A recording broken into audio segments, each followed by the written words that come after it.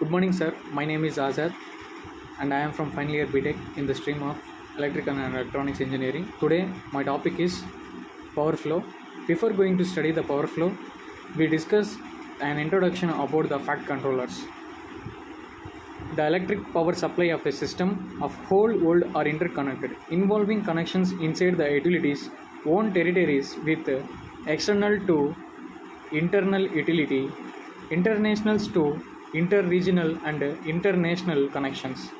This is done for economic reasons to reduce the economic growth and economic conditions for the customer desired. We have to designing these fact controllers, and in these fact controllers the power flow is going to study by us. We need to interconnection pool power plants and load centers in order to minimize the total power generation capacity and fuel cost. Here we have to reduce the cost of the generation system and the fuel cost. Transmission lines are interconnection enabled to supply electricity to the loads are minimized cost with a required reliability. Here one of the technology is studied to overcome the differences between the mechanical devices and the transmission network. That is nothing but the fax technology is adopted in the transmission to the enhance grid reliability and to overcome the practical difficulties which occurs in a mechanical devices used as a controllers to the transmission network. Now here the technology provides an opportunities. That is nothing but the fax technology has opened a new opportunity to the transmission planner for controlling power and enhancing the usable capacity. Also to upgrade the transmission lines.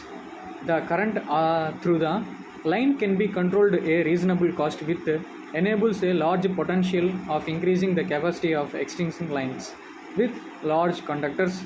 By the use of fact controllers, the power flow through the lines is maintained stable. Here, this all technology is used to maintain what the extending lines and the cost of the reasonable energy giving to the consumer has to be maintained stable. The fact controllers controls the parameters governing the operations of transmission system such as series impedance, shunt impedance, current, voltage, phase angle, and damping oscillations at the various frequency below the rated frequency. First of all, studying about the series impedance. Series impedance, the impedance is connected in series.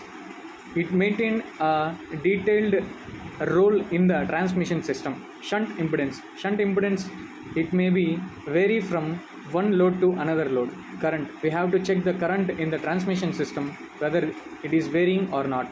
The voltage at the starting stage of transmission system, that means generation and utilization of the customer having same voltage or not. What are the phase angle, that is depends on the currents and voltage. The damping oscillations at various frequencies. For 50 Hz, for example, 50 Hz frequency, we are having one damping oscillations. Another 51 Hz frequency, we are having another frequency. That means we are having different oscillations at different frequencies. In a AC power flow, the electric generation and the load must be balanced at all the times. During not only one time, all the time, the power flow should be balanced. Since the electric system is self-regulating, therefore, if any one of the generators supplies less power, then the load, the voltage and frequency drop. Thereby load goes on decreasing to equalize the generated power, subtracting the transmission loss. Here, any one of the power supply of the load is going to reduce, then frequency also going to be reduced. If frequency reduces, then automatically efficiency also going to be reduced. At that time, the transmission losses are going to occur. However, there is a small margin of itself regulating. Here, one condition we have to see that because it is a self-regulating devices, then the load will go up, frequency goes on decreasing. Then load automatically increases and frequency goes on decreasing. Then In case of high power generation, the active power flows from supply's generating area to the depict area.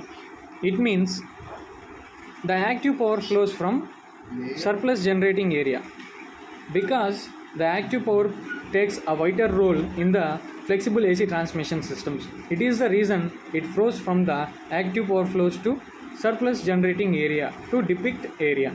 Now our main topic is to study the power flow. Here we are having an example. Consider a simple case of power flow in the parallel plots. Here the parallel plots are mentioned in the figure clearly. How many megawatts of power we are giving and how many ohms of resistors are mentioned in this diagram, and how much there will be a reliability, how much phase angle, how much impedance and how much voltage. Here we need to study one of the clear thing, that is nothing but if the voltage is injected series or parallel. In power flow, from surplus generation area to the depict generation area, power flow is based on the inverse of the line impedance. It is always inverse. It is not directly, it is inverse to the line of the impedance. It is likely that lower impedance line becomes overloaded. At the limits, the loading on both the paths, though the higher impedance area is not fully loaded, there would be any chance to update the current capacity of the overloaded path. If higher impedance is not having in the generation system, then there will be no current capacity through over the plant and especially at the overloaded path, because it would be further decrease in the impedance.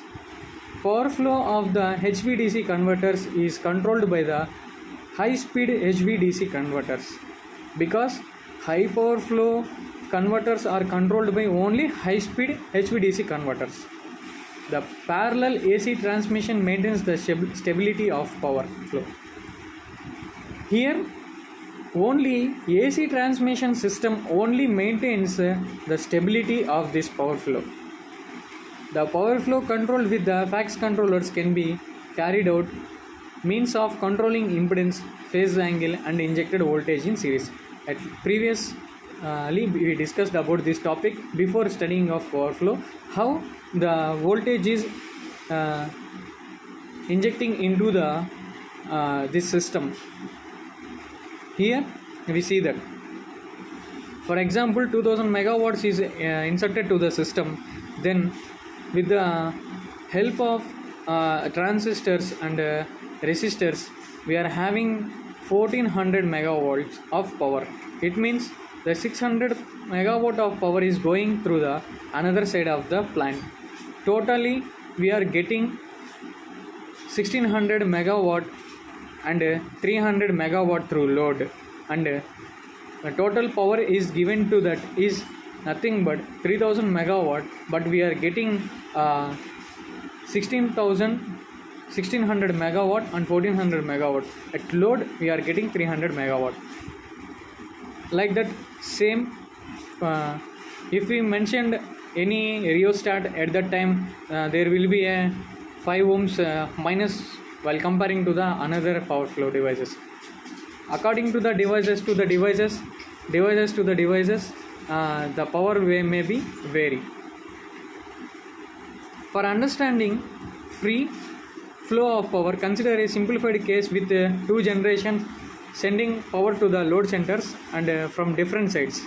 The mesh network has lines A, B, B, C and AC having continued ratio of 1000 megawatts, 1250 megawatts respectively. By studying this all, we notice that how power flow is meshed. It means the power flow can be handled by transmission systems is very stably and without any loss. Thank you, sir.